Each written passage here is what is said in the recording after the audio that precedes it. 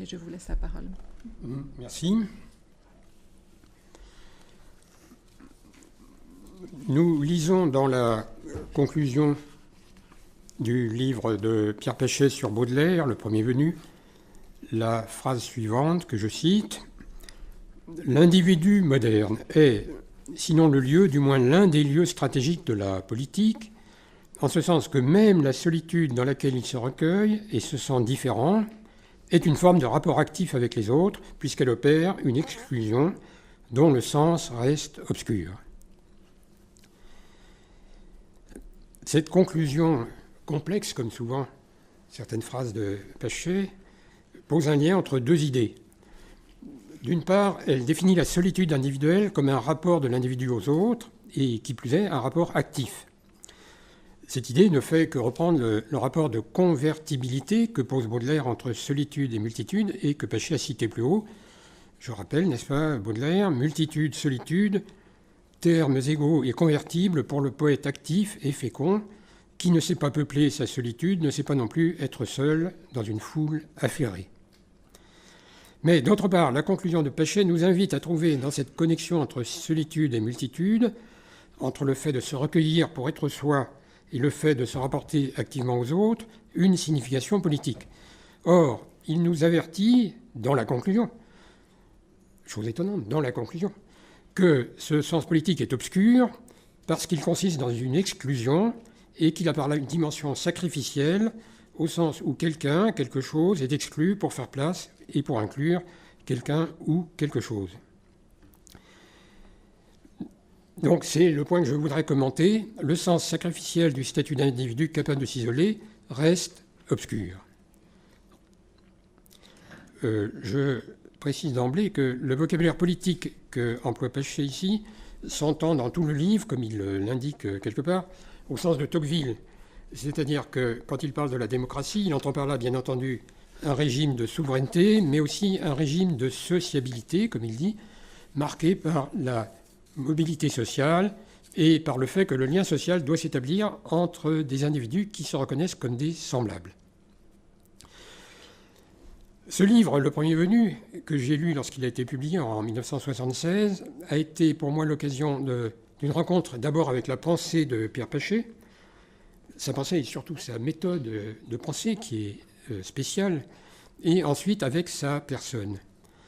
Ce livre m'est apparu d'emblée comme une référence nécessaire pour toute réflexion sur l'individualisme moderne, et cela parce qu'il introduit dans la discussion sur ce thème classique, et parfois un peu rebattu, n'est-ce pas, l'individualisme, l'idée qu'il y a quelque chose dont le sens reste obscur et peut-être doit rester obscur tant que nous n'avons pas les moyens de l'élucider.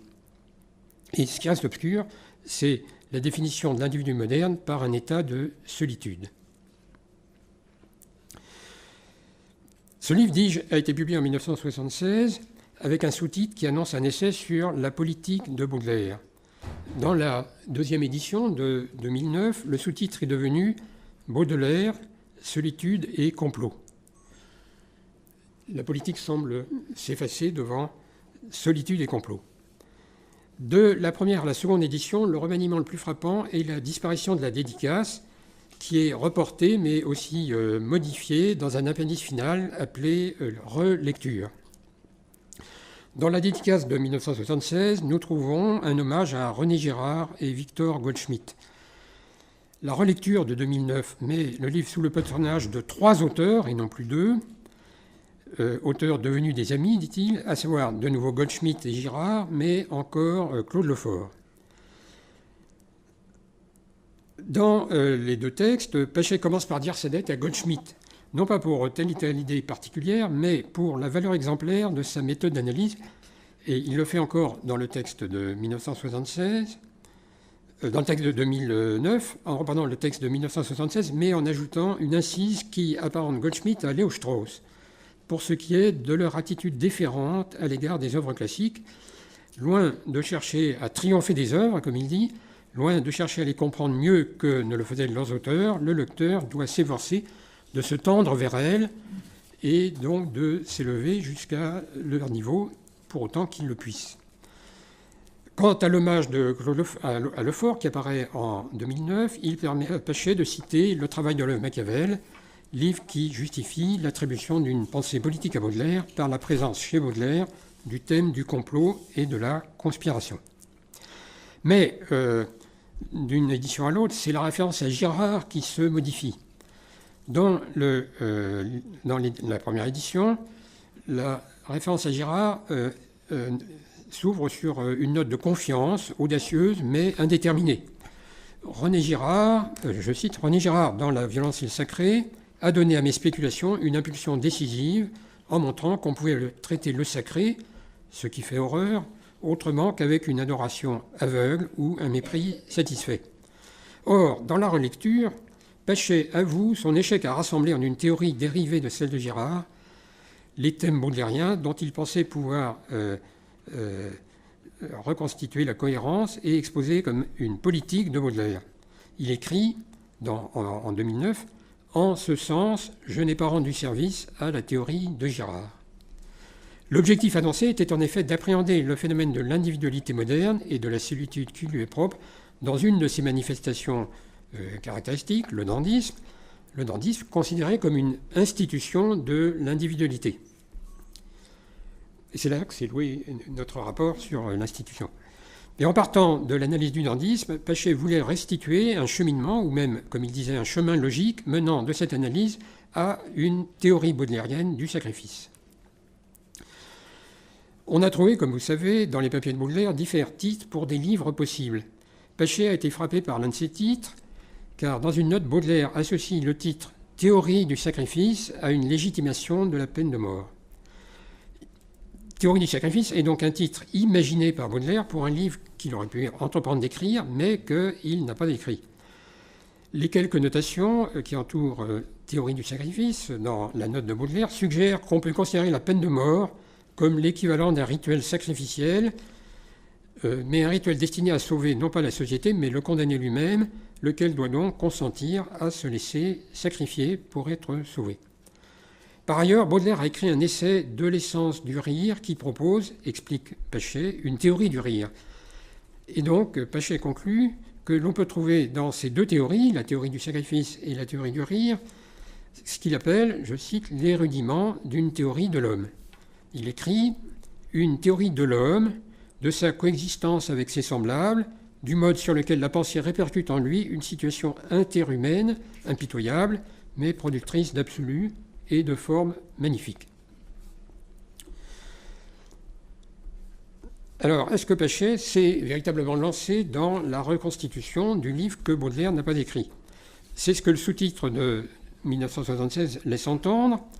Et pourtant, si l'on tient compte, selon la méthode de Pachet lui-même, du mouvement du livre plutôt que des thèses qu'on peut en extraire, il apparaît que l'intérêt se déplace et que ce qui importe, c'est le fait que Baudelaire n'a pas écrit le livre et que ce livre, on ne peut pas finalement l'écrire.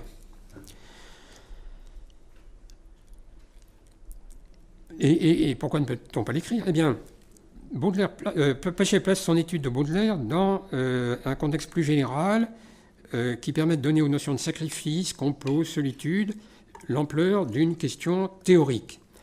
Baudelaire veut poser, selon les propres termes de Pachet, je cite, le problème de l'individu et de l'individualité dans une société démocratique. Démocratique s'entendant au sens de Tocqueville. Alors, cette formulation, n'est-ce pas, le problème de l'individualité, assimilé à, je cite, la conscience d'exister au regard de ses semblables, eh bien, cette formulation semble appeler un traitement dont les termes seraient empruntés à la philosophie existentielle. Si la théorie avait vu le jour, elle aurait pu donc traiter du rapport des consciences par une voie phénoménologique. Elle aurait pu traiter du rapport entre soi et l'autre comme d'une rencontre entre deux subjectivités. La question aurait été: comment puis-je sortir de mon intériorité, échapper à ma solitude et reconnaître autrui? Or, Pachet refuse cette voie dans une page où il mentionne et fait l'éloge du commentaire de Georges Poulet, mais lui reproche son aspect phénoménologique. Il écrit, je cite, « La solitude baudelairienne n'est pas une époquée. Ce n'est pas la solitude d'un ego capable de se retirer en lui-même, capable de se soustraire lui-même par la réduction phénoménologique hors de la présence impérieuse des choses, est capable de tirer de soi-même le pouvoir de reconstruire le monde des phénomènes par un jeu continu de visée intentionnelle. Le monde du poème en prose n'est pas le monde du philosophe s'interrogeant sur le sujet pensant, et la raison fondamentale, c'est que l'auteur du poème en prose, s'il s'imagine seul, s'imagine privé d'amour, alors que le philosophe s'imagine autosuffisant. Alors, ayant repoussé la voie phénoménologique, Pachet aurait pu adopter la voie d'une théorie du mécanisme sacrificiel, comme semblait l'indiquer la référence à Girard. Eh bien, cette voie aussi, il ne parvient pas à la suivre. La rencontre de l'individu avec l'individu n'est pas finalement ce que Girard aurait appelé une rencontre interindividuelle ou interdividuelle. C'est plutôt ce que Pachet qualifie, sans tout à fait expliquer la différence, une rencontre interhumaine. Et pourquoi ne peut-il pas suivre Girard ? Eh bien parce que l'analyse du poème en prose l'accorde, poème qui est censé dévoiler le rôle du sacrifice dans les relations entre les individus modernes, ce poème ne permet pas de mettre en place un mécanisme sacrificiel au sens de Girard. Pachet écrit, je cite, « Baudelaire ne répond pas à la question qu'il avait posée par la formulation d'une théorie du sacrifice qui ne se trouve jamais chez lui que comme vœu ou projet. » Et de fait, comment pourrait-on tirer une théorie du sacrifice ou de quoi que ce soit d'un poème en prose si le principe même de cette forme, le poème en prose, est de se dérober devant toute conclusion déterminée, comme le dit Pachet lorsqu'il écrit, je cite, « Or, le poème en prose n'engage les significations qu'à moitié, n'oriente dans un sens que pour ébaucher le mouvement inverse. » Alors, en quoi consiste finalement le problème de l'individu moderne, si ça n'est ni le problème phénoménologique, ni le problème girardien ? Eh bien, à cette question, Pachet donne plusieurs réponses. Une première réponse au début, à propos du droit du suicide, quand il parle du problème de la survie de l'individualité dans une société menacée, dans une société de l'égalité des droits.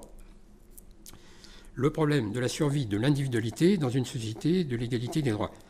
Formule paradoxale, car comment l'individualité peut-elle être menacée par l'individualisme lui-même, puisque la société de l'égalité des droits, c'est l'individualisme en action.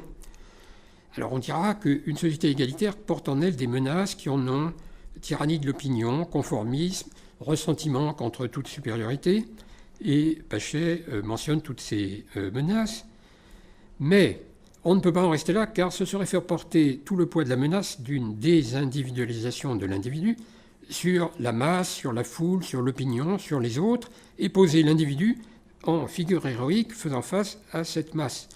Or, cette manière de penser est justement ce que Pachet appelle, peut-être à la suite de Girard, mais cette fois le Girard du mensonge romantique, l'illusion romantique.